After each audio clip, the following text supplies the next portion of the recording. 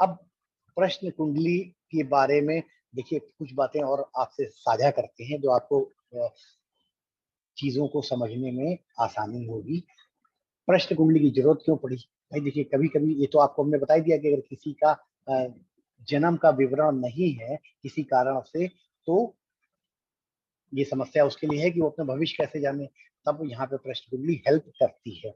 दूसरी चीज है कि कभी कभी बड़े छोटे से प्रश्न होते हैं, हाँ या ना के जवाब देते हैं, बहुत लंबी कैलकुलेशन ना करके हम इसमें जो स्टार्टिंग में अभी हम आपको आज जो है बेसिक चीजें डिस्कस करेंगे, और क्वेश्चनायर भी जो हमारा रहेगा वो आज के पढ़ाए हुए बेसिक चीजों पे रहेगा। डिटेल के लिए आगे हमारे पास अभी और भी कुछ दिन है, तब हम उसमें डिटेल डिस्कशन करेंगे। तो इसमें सबसे बड़ी चीज होती है कि जब हम प्रश्न बनाते हैं तो बहुत सारी डिटेल है। तो सबसे पहली चीज हम ये देखते हैं कि लग्न क्या आ रही है, क्योंकि लग्न जो होती है वो पूछने वाला होता है। यहाँ पे जो पहला हाउस होता है असेंडेंट होता है, वो क्वेश्चन पूछने वाला कहलाता है। यानी कि जो भी लग्न आएगी वो लग्न जो है ये बताएगी जहां से सवाल जो पूछ रहा है उसकी स्थिति। ठीक है, प्रश्न वहां से, प्रश्न का मतलब होता है असेंडेंट, क्योंकि प्रश्न का जन्म हो रहा है ना, तो जन्म तो यानी असेंडेंट जो है वो पूछने वाला, और उसका प्रश्न का रूपरेखा, रंग, गुण, धर्म सब कुछ जो है असेंडेंट बताएगा। अब ये कैसे बताएगा ये समझिए धीरे धीरे, स्टेप बाय स्टेप। जैसे कि आप ये मान लीजिए कि अच्छा, इसी में थोड़ा पहले एक चीज और ऐड कर देते हैं फिर आगे चलते हैं। और जो वहाँ पे एस्ट्रोलॉजर होता है वो सेवंथ हाउस से देखा जाता है, यानी सेवंथ हाउस जो है जवाब देने वाला है। ठीक है, यानी कि मी एंड यू अपोजिट हो गया ना, तो क्योंकि प्रश्न जो है लग्न में आ गया तो सेवंथ हाउस से हम एस्ट्रोलॉजर की पोजीशन को देखते हैं। ये दो चीजें एकदम माइंड में क्लियर कर लीजिए। अब एक स्टेप और आगे चलते हैं। लग्न की डिग्री, लग्न से हमें प्रश्न के बारे में जानकारी प्राप्त होती है। किस प्रकार होती है ये भी हम स्टेप बाय स्टेप समझते हैं। ठीक है, उससे आपको बहुत आसानी से, अब हम अपने अपनी परंपरा में पढ़ा हुआ एक श्लोक आपको बताते हैं और उसको करके दिखाते हैं, जिससे कि आपको थोड़ा सा आइडिया लगेगा। जैसे किसी ने प्रश्न पूछा तो हम लोग प्रश्न कुंडली का जो सबसे स्टार्टिंग और बेसिक श्लोक है वो मैं आपको बताता हूँ। देखिए, आप यहाँ हमारे बोर्ड पे देखिए, हाँ, और फिर आपको हम समझाते हैं। ये देखिए, मान लीजिए एक चार्ट है।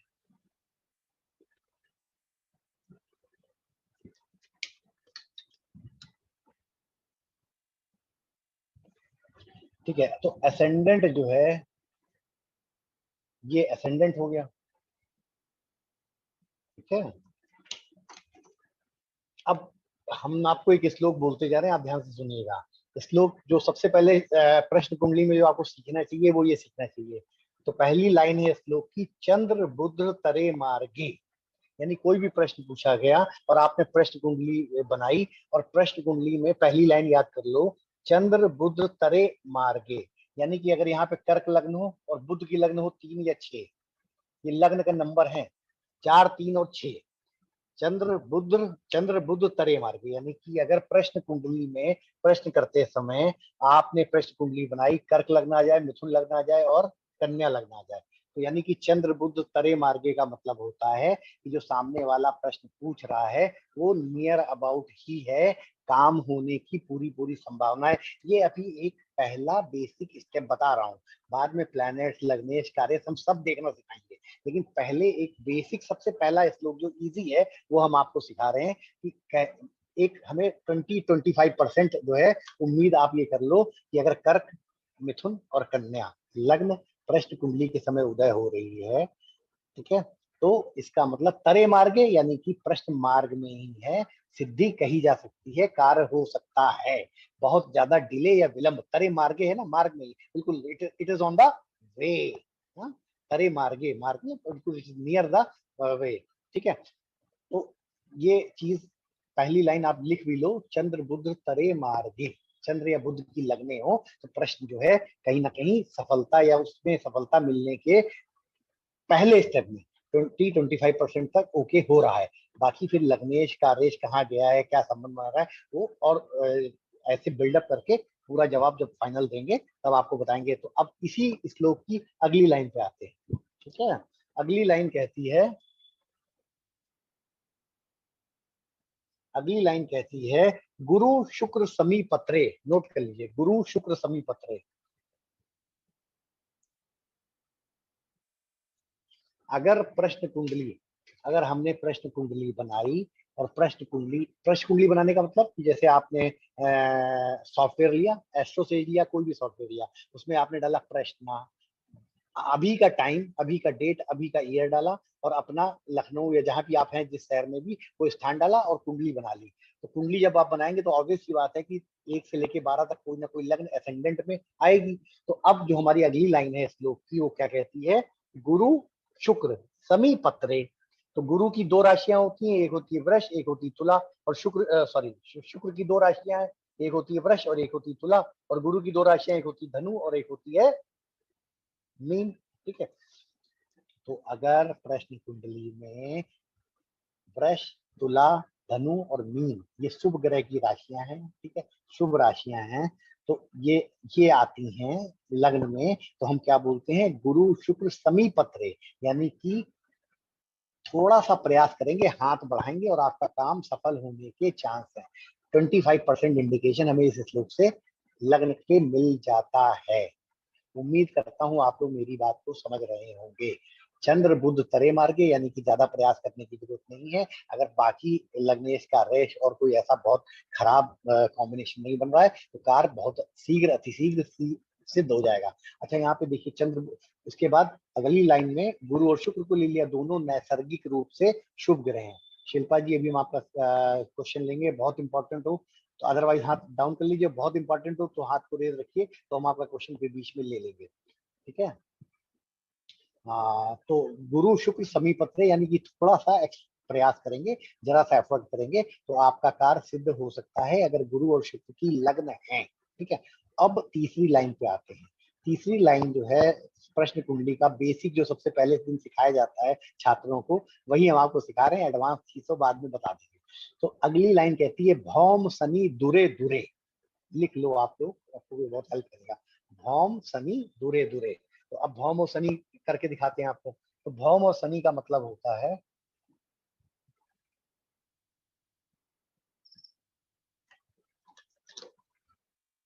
भौम मतलब मंगल, तो मंगल की 1 नंबर और 8 नंबर, और शनि की ये होती है 10 नंबर और 11 नंबर। ठीक है, तो अगर आपने किसी के प्रश्न में प्रश्न कुंडली बनाई और लग्न में मेष राशि आई, लग्न में वृश्चिक राशि आई, लग्न में मकर राशि आई, लग्न में कुंभ राशि आई, तो आप कहोगे कि प्रश्न अपने फाइनल गंतव्य तक होने में दूर दूर है, अभी कोई नियर बाय में कोई भी आशा उसके पूर्ण होने की, कार्य सिद्धि की, सफलता की नहीं है। अपने कार्य सिद्धि से प्रश्न दूर है। आपको पता ही है, शनि और मंगल क्रूर और पापी ग्रह कहे गए हैं, उनमें प्रयास ज्यादा करना पड़ता है, उनमें एफर्ट ज्यादा लगाना पड़ता है। शनि और मंगल के लिए एफर्ट आपको डालना पड़ेगा। तो प्रश्न कुंडली में अगर भौम और शनि की राशियां लग्न में आ रही हैं तो भौम शनि दूरे दूरे। ठीक है, अब ये हमारे 6 ग्रह नियर अबाउट हो गए, और हम यहाँ पे प्रश्न कुंडली में फिलहाल 7 ही ग्रह को ले रहे हैं। राहु केतु को हमने एक्सटेम्प्ट किया है, क्योंकि प्रश्न कुंडली जब बनाई गई हुई तो हो समझ सकता है जेमिनी ऋषि ने राहु केतु की राशियां अलॉट नहीं की है, जैसी बाद में अलॉट कर दी गई हैं। तो अब नेक्स्ट पॉइंट पे आ जाते हैं। अगला लाइन जो इस श्लोक की कहती है, जो सबसे बेसिक है प्रश्न कुंडली में, प्रश्न कुंडली सीखने से पहले दिन आपको ये श्लोक सीखना चाहिए। अगली लाइन जो है वो कहता है सूर्य सौ स्थाने स्थिरा, सूर्य 100 स्थाने स्थिरा, यानी कि अगर सूर्य की 5 नंबर की लगन आती है तो हम आपको 5 नंबर की लगन बना के दिखा देते हैं। तो अगर यहाँ पे सिंह लग्न आ गई, सिंह लग्न का मालिक सूर्य होता है, तो सूर्य की लग्न यानी सिंह लग्न आने पे प्रश्न अपनी जगह पे ही टिका रहेगा, उसमें कोई भी बढ़ोतरी घटोतरी नहीं होगी, वो स्थिर है, यानी कि वहां पे कोई, और सिंह राशि तो वैसे भी स्थिर राशि है, तो सूर्य की राशि अगर सिंह राशि आती है प्रश्न कुंडली के टाइम में तो प्रश्न का स्थिर हो गया, मतलब कोई औचित्य नहीं रह गया, प्रश्न में कुछ भी घटे बढ़ेगा या कोई भी एक्शन होने के चांस बहुत ज्यादा नहीं है, बहुत दूर है चीज, मामला गड़बड़ है। ठीक है, तो इस तरह ऐसे ही कई सारे श्लोक हम लोग अपनी आने वाली क्लासेस में जो मेन है, देखिए ऐसे तो प्रश्न कुंडली पूरा जीवन लगाने पर भी सीखने में तजुर्बे की चीज है, एक्सपीरियंस की चीज है। बहुत सारे हजारों चार्ट देखने पर आपको आइडिया लगता है, उसमें बहुत सारे एटीट्यूड्स हैं। कल अभी हम आपको एक एक करके बताते हैं सारी चीजें, लेकिन बेसिक चीज को जितना अच्छा आप समझोगे, कुछ जो श्लोक जो वाकई आपको पता होनी चाहिए, जानकारी होनी चाहिए, वो हम आपको जरूर करा देंगे, जिससे कि आपको एक बेसिक एट्रीब्यूट, फिर आपकी अपनी स्किल्स, अपना समय और आप कितने चार्ट देखते हो इस पर डिपेंड करेगा कि आप अपने आप को उन बेसिक रूल से कैसे एक्सपीरियंस के हिसाब से अपने आप को, अपने ज्ञान को कल्टीवेट करते हो। जितनी जरूरत, टूल्स जितने जरूरत है वो हम आपको आने वाले क्लासेस में और आज भी जितना दे पाएंगे वो प्रोवाइड करेंगे। आज हम आपको जो मिथ्स होते हैं ना, जो प्रश्न कुंडली के बारे में लोग कुछ जनरल या बेसिक चीजें जानना चाहते हैं, उन पे मेरा आज का डिस्कशन है। अब एक बहुत बड़ा क्वेश्चन आपके सामने और आता है कि क्या प्रश्न कुंडली से एक ही प्रश्न देखा जा सकता है या प्रश्न कुंडली से मल्टीपल प्रश्न देखे जा सकते हैं। और ये एक बहुत अहम क्वेश्चन है कि एक प्रश्न कुंडली बनाई, जैसे हमने एक प्रश्न कुंडली बना ली, तो किसी ने पूछा, फिर उसका मन में कोई और क्वेश्चन आ गया, उसने दूसरा क्वेश्चन पूछ लिया, तो क्या अब उस समय इतनी जल्दी चार्ट तो बदलेगा नहीं 10 मिनट 15 मिनट में, तो हम क्या करें। अब ऐसा लगभग 2 घंटे में बदलती है, नौमांश भी 13 मिनट में लगभग बदलता है, नियर अबाउट 13 मिनट में। 13 मिनट के पहले उसने 2-3 क्वेश्चन पूछे, तब क्या करना है। तो ऐसे क्वेश्चन आप भी रूबरू होते होंगे, आपके भी माइंड में आते होंगे, आप भी अपने गुरु से या लोगों से पूछते होंगे कि ऐसे में क्या करना चाहिए। तो आज हम आपको इसका भी सवाल का जवाब देने का प्रयास करते हैं। हम जिस परंपरा से आते हैं, जो हमें जितना अध्ययन है, और हम आपको बार बार ये कह रहे हैं क्योंकि ज्योतिष के शास्त्रों में मतांतर से केरल के, तमिलनाडु के प्रश्न हैं, पहाड़ के प्रश्न, राजस्थान के प्रश्न, गुवाहाटी के ये ज्योतिर्विदों के प्रश्न बेसिक एक ही है, लेकिन कुछ ना कुछ मतांतर से देश काल परिस्थिति के हिसाब से कुछ बदलाव हैं। तो वो बदलाव या तो सारे स्कूल ऑफ थॉट पढ़े प्रश्न के, लेकिन जो अपने यहाँ तजुर्बे से और जो सार्वभौमिक तरह से अप्लाई होते हैं, उन पे हम आपसे डिस्कशन कर रहे हैं। इनमें थोड़ा बहुत मतांतर से अगर किसी कोई हमारी बात से एग्री नहीं होता है, तो वो एक तरीके से हमें अपनी बात बताएगा। तो अगर मतांतर होगा उसके स्कूल ऑफ थॉट में, तो हम उसको, ऐसा नहीं है कि डिस्कार्ड कर देंगे, हम उसको भी एक्सेप्ट करने को तैयार रहते हैं। ठीक है, इसी प्रकार ये उम्मीद भी हम आपसे करते हैं कि आप जो हमारा मत है उसको भी अपना ध्यान से सुनिए, और अगर आप उस मत से फेवर नहीं भी करते हैं, आपके स्कूल ऑफ थॉट में, या आप केरली प्रश्न फॉलो करते हैं या केपी सिस्टम को फॉलो करते हैं, तो उसमें हमें कोई ऑब्जेक्शन नहीं है। आपको अगर उससे रिजल्ट मिलता है तो आप वो भी ईमानदारी से अच्छे से करें, और that is not the issue. ठीक है, तो मतांतर यहाँ पे हमेशा रहता है, हर चीज में रहता है, थोड़ा बहुत रहता है, तो वो हम आपको बेसिक चीजों के साथ चलते हैं। तो अब प्रश्न उठता है कि एक प्रश्न कुंडली से कितने सवालों का जवाब दिया जा सकता है। तो हमारा अपना ये मानना है, एक प्रश्न कुंडली से 25 से 30 सवालों तक का जवाब दिया जा सकता है, लेकिन इन 25 से 30 सवालों को जवाब देने का एक सिस्टमैटिक तरीका है। वो तरीका आज हम आपके साथ डिस्कस करेंगे, और ये दो चीज, इससे आपको काफी इनपुट मिलेगा लाइफ में चीजों को। जैसे एक आदमी आपके पास आया, उसने एक प्रश्न पूछा, आपने प्रश्न कुंडली बनाई, 3-4 मिनट में आपने उसका जवाब दे दिया, उसने अगला प्रश्न पूछ लिया, फिर 2 आपने जवाब दे दिया, फिर उसने तीसरा क्वेश्चन पूछ लिया, यानी 10 मिनट में मान लो उसने 4 क्वेश्चन पूछ लिए। तब आपको कैसे प्रश्न कुंडली का जवाब देना है, क्योंकि आपने तो प्रश्न कुंडली का एसेंडेंट एक पहला बनाया था, तो एसेंडेंट से आपने जवाब लग्नेश कार्य डिसाइड करके दे दिया। तो अब लेकिन उसने दूसरा सवाल पूछा, तो दूसरा सवाल कहाँ से देखा जाए, तीसरा सवाल कहाँ से देखा जाए, ऐसे मान लो उसने आधे घंटे में 24-25 सवाल कर दिए, तो 25वां सवाल, 18वां सवाल कहाँ देखा जाए। तो अब हम इस पे चलते हैं, और ये बहुत इंपॉर्टेंट है, इसको बहुत अच्छे से समझिएगा।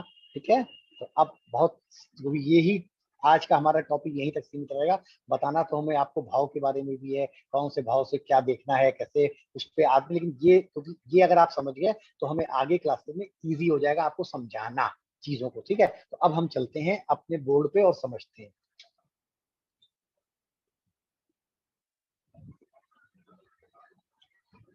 देखिए, जैसा कि आपको सबको विदित है, सभी आप लोग अच्छे से जानते हैं, ठीक है, कि पहला क्वेश्चन असेंडेंट से देखा जाता है। असेंडेंट से जब हम कहते हैं, तो असेंडेंट का मतलब होता है कि ये लग्नेश हो गया, और जो प्रश्न आया वो कार्येश बना लिया हमने उसको, तो असेंडेंट से पहला क्वेश्चन देख लिया। ठीक है, अब यहां से हम पहले 5 क्वेश्चन देखेंगे, 5 से 6 क्वेश्चन हम देखेंगे इससे। ठीक है, क्वेश्चन, तो पहला क्वेश्चन जो उसने पूछा, तो हमने पहली जो प्रश्न लग्न बनाई उससे हमने प्रश्न कुंडली का असेंडेंट जो आया उससे उसका जवाब लग्नेश बना के कारेश बना के जवाब दे दिया। अब उसने दूसरा क्वेश्चन पूछा, तो हमने मून कहाँ पे है, मान लो मून यहाँ है, यहाँ या कहीं पर भी हो सकता है, मून को हमने सेकंड क्वेश्चन के लिए यूज किया। ठीक है, यानी कि मून को हमने, ये पहला क्वेश्चन, ये दूसरा क्वेश्चन, ठीक है, मून को हमने सेकंड क्वेश्चन के लिए यूज कर लिया।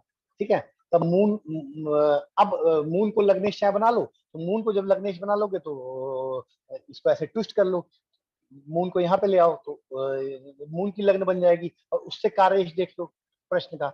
ये चीज समझ में आ रही है कि नहीं आ रही है?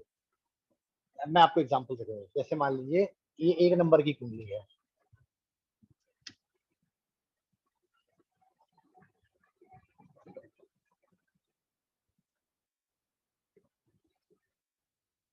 ठीक है, और मान लीजिए मंगल यहाँ बैठा है और सैटर्न यहाँ बैठा है।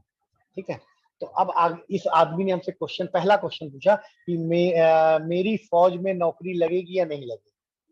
ठीक है, तो फौज में नौकरी लगने के लिए लग्नेश मंगल उच्च का एग्जॉल्टेड यहाँ पे बैठा हुआ है।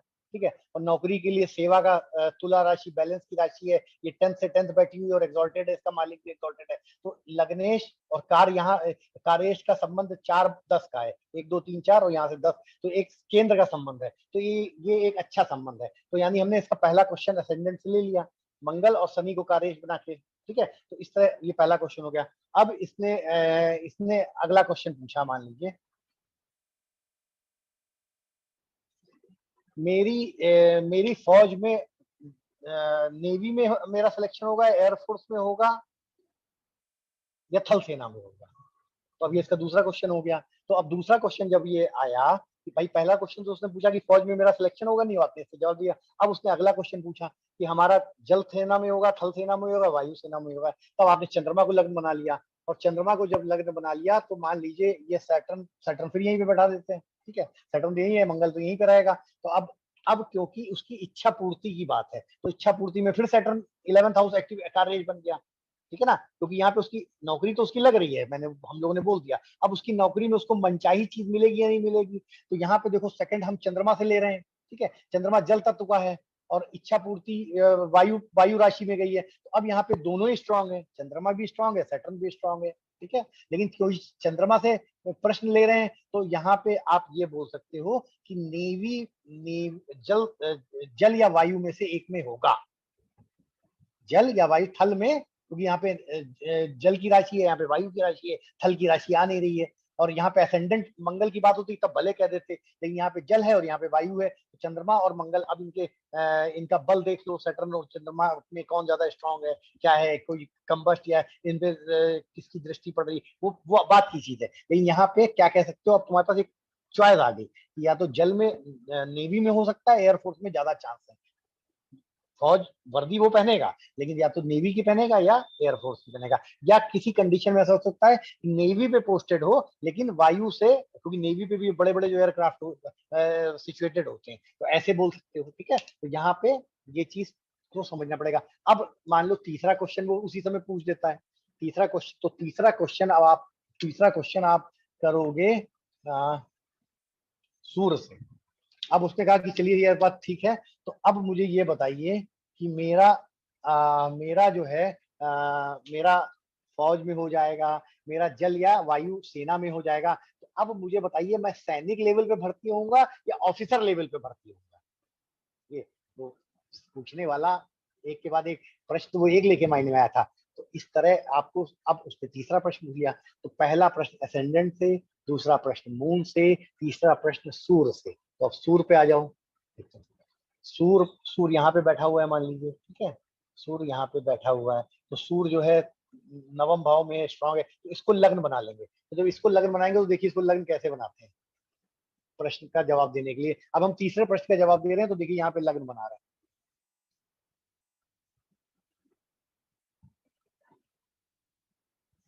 ठीक है, इसको बिल्कुल यूं ट्विस्ट कर लेंगे, यहाँ पे 9 नंबर डाल देंगे,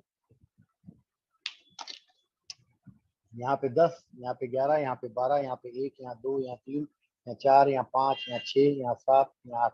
उम्मीद करता हूँ आप लोगों को दिख रहा होगा। हाँ सर, दिख रहा है, क्लियर है सर। हाँ, तो अब देखिए 9 नंबर में सूर था, तो यहाँ पे सूर बैठा लेते हैं। सर इधर का थोड़ा नहीं दिख रहा है, थोड़ा ये नहीं, वाला अभी हमें बड़ा यही वाला नहीं दिख रहा। हमें यही दिखाना है इनको, तो चलो बस अगल बस बस, बढ़ अभी जाओ। तो अभी दोनों दिख रहा है। यहाँ पे सैटर्न आ गया, ठीक है। यहाँ पे मून है, तो 4 नंबर में मून बैठा लेते हैं, ठीक है। एसेंडेंट तो यहीं पे चला जाएगा, एसेंडेंट में कोई है नहीं। 9 नंबर में सूर्य आ गया। मंगल हमारा 10 नंबर में है, यहाँ पे मार्स कर लेते हैं। तो अब हम जो तीसरा प्रश्न उसका आया, तो सूर्य को लग्न बना के जवाब देंगे। तो अब उसने पूछा कि कमीशन, यानी कि अब आप समझिए, सेवा दोनों है, सरकारी नौकरी दोनों है। जेसीओ मतलब नॉन कमीशन और कमीशन का यहाँ पे उसने क्वेश्चन हमसे पूछ लिया कि नौकरी छोटी होगी या बड़ी होगी, ठीक है। तो अब यहाँ पे सबसे ज्यादा जरूरी हो गई कि सूर्य क्योंकि हाई पोस्ट का कारक होता है, और यहाँ पे दसम भाव जो होता है वो शीर्ष सत्ता को दिखाता है, तो हमको यहाँ पे मरकरी की भी जरूरत पड़ेगी। किसी के भी हायर पोस्ट को लग्न भी दिखाता है, लग्न में सूर्य कहते हैं बली होता है। और क्योंकि अब यहाँ पे बुध का भी रोल आ जाएगा, क्योंकि 10th हाउस जो होता है वो एपेक्स हाउस होता है। 10th हाउस जो है वो हायर राजगद्दी का, तो अगर उसको अच्छी पोस्ट नौकरी में मिल रही है, तो हम तीसरे प्रश्न को जब सूर्य से विचार करेंगे, तो देखिए सूर्य से हम विचार कर रहे हैं, तो धनु लग्न का सूर्य है, एम का है। हाँ, तो एम का है, तो ये, और पहले हाउस में सूर्य स्ट्रांग होता है, तो लग्न बना रहे तो स्ट्रांग तो खैर हो ही जाएगा। तो अब यहाँ से हम 10th हाउस, क्योंकि एपेक्स होता है राज सत्ता में या शीर्ष पद में, हम कितने लेवल तक पहुंचेंगे। तो अब जब जैसे ही मरकरी को बैठाएंगे, तो वो हमारा कार्येश बन जाएगा 10th लॉर्ड। उसका संबंध सूर्य से अगर अच्छा है, सूर्य के आस पास कहीं मरकरी होना चाहिए, यहाँ मैक्सिमम यहाँ या यहाँ पे, यहाँ या यहाँ पे, तब आपको तीसरे प्रश्न के लिए सूर्य को कंसीडर करना पड़ेगा, पहली ही प्रश्न कुंडली जो बनाई थी उसी में, ठीक है। अब आते हैं, अब मान लो उसने चौथा प्रश्न पूछ लिया कि अब उससे टॉपिक चेंज कर दिया, उसको समझ गया कि नौकरी हमारी ठीक ठाक लग जाएगी, अब हम इनसे कुछ और पूछेंगे। तो गुरु जी अब हमारी बताइए कि हमारी शादी जो है नौकरी से पहले हो जाएगी या नौकरी कितने दिन बाद मिल जाएगी। अब उसने एक प्रश्न आपके सामने चौथा प्रश्न डाल दिया, तो आप चौथा प्रश्न कैसे दोगे हुए। तो चौथा प्रश्न देखने के लिए देखिए यहाँ पे आइए पुराने वाले चार्ट, ठीक है। पुराने चार्ट में आ जाते हैं, ठीक है। तो चौथा प्रश्न जो है देखा जाता है गुरु से, जुपिटर से। अब जुपिटर से जब चौथा प्रश्न देखा जाएगा, तो इस चार्ट में मान लीजिए जुपिटर बैठा देते हैं यहाँ पे, ठीक। तो अब क्या करना है, इसको ऐसे थोड़ा ट्विस्ट करना है, जुपिटर को लग्न बना लेना है। और शादी का प्रश्न जो पूछा, तो जुपिटर से 7वां स्थान कहाँ पे आता है भाई। जुपिटर को जब लग्न बना लिया, तो यहाँ से 7th हाउस शादी का होता है, तब यहाँ पे इसको नहीं कंसीडर करना है, जो पहला, जो भी ये चौथा प्रश्न है उसका। तो यहाँ पे जुपिटर से 7वां प्रश्न, 7वां हाउस, तो यहाँ बेसिक, क्योंकि बर्थ जन्म उस जातक तुम्हारे सामने आया था, तो इसकी कंसिडरेशन भले यहाँ माइन्यूट माइंड में रखो, लेकिन तुम्हें फिर, क्योंकि ये चौथा प्रश्न है, चौथा प्रश्न जुपिटर से किया जाएगा, तो जुपिटर से 7वां स्थान देखो। यहाँ पे लोग बहुत बड़ी गलती कर जाते हैं, वो सारे प्रश्न जो है लगते ही देखना शुरू कर देते हैं, तब उनको उतनी नजदीकी प्रश्न कुंडली में नहीं मिलती है। मैं एक बार फिर रिवाइज करा दूं, मेरी आदत है कि चीजें एकदम क्रिस्टल क्लियर, सारे जितने लोग हमारे साथ जुड़े हैं सबके माइंड में होनी चाहिए, इसीलिए हम इतनी मेहनत करते हैं, बार बार करते हैं। पहला क्वेश्चन असेंडेंट से, असेंडेंट को लग्न, जो भी चार्ट आपने बनाया है। दूसरा प्रश्न चंद्रमा से, यानी कि जहां भी, कई मामलों में चंद्रमा ही असेंडेंट में होगा, या तुम में से कुछ समझदार लोग सोच रहे होंगे ऐसा कि मान लो चंद्रमा ही, ये चंद्रमा भी है, और उसके बाद तीसरा क्वेश्चन जो हमने सन से बोला वो भी वहीं बैठ जाए। तो उसमें भी एक तरीका है, मान लो लग्न में ही सूर्य और चंद्र बैठ जाए, तो लग्न से ही तीनों सवालों का जवाब देना है। लेकिन उसमें से जो पहला सवाल असेंडेंट से देने के बाद दूसरा सवाल चंद्रमा से दे दो, तीसरा सवाल जो है सूर्य से दे दोगे, तब असेंडेंट नहीं बदलना पड़ेगा यहाँ पे। तो तीनों सवाल की कहीं ना कहीं एनवायरमेंट क्वालिटी एक ही होगी, अलग अलग नहीं होगी। ऐसे जब अलग अलग राशियों में बैठ रहे हैं चंद्रमा सूर्य, तो एनवायरमेंट क्वालिटी और उनका कलर, उनका धर्म, उनका रिलीजन, उनका मेल फीमेल होना अलग अलग भी हो सकता है। ऐसे क्या होगा, सवाल का लगभग एक जैसा ही माइंड में उसके तीनों सवाल या तो आसपास एक ही चीज से होंगे, या तीनों में कहीं ना कहीं आपस में रिलेशन होगा। ये तुम्हें धीरे धीरे तजुर्बे से समझ में आएगा। चलो वापस चलते हैं। तो अब अगला प्रश्न जुपिटर से, तो जुपिटर उसने कहा कि शादी की बात कर ली, नौकरी वो समझ गया कि 3 क्वेश्चन में नौकरी उसकी हो जाएगी। चौथे क्वेश्चन उसने शादी का प्रश्न पूछ लिया, तो शादी में जब जुपिटर को लग्न बना लिया, क्योंकि चौथा सवाल हम का जवाब हम किससे देते हैं, जुपिटर से देते हैं। तो जब जुपिटर को लग्न बना लेंगे, तो यहाँ से 7वां घर शादी का हो जाएगा, यहाँ धनु राशि है, दूसरा सूर्य बैठा है। तो सूर्य जो है क्या बताता है, शादी के मामले में 7th में सूर्य का बैठना, आइडिया है कुछ आपको। तो अब यहाँ पे एक चीज और देखेंगे, क्यों, क्योंकि अब गुरु गुरु जो है अपने ही घर को देख रहा है, गुरु को बना लिया ना, लेकिन चांस के बाद जो सामने बैठा तो वहां पे जो है अपना ही घर निकल आया, अपनी मूल त्रिकोण राशि निकल आई। और अब एक और श्लोक याद कर लो, प्रश्न कुंडली का एक बहुत इंपॉर्टेंट श्लोक है, यो यो भाव स्वामी युक्तो दृष्टो तस् तस्मान वृद्धि।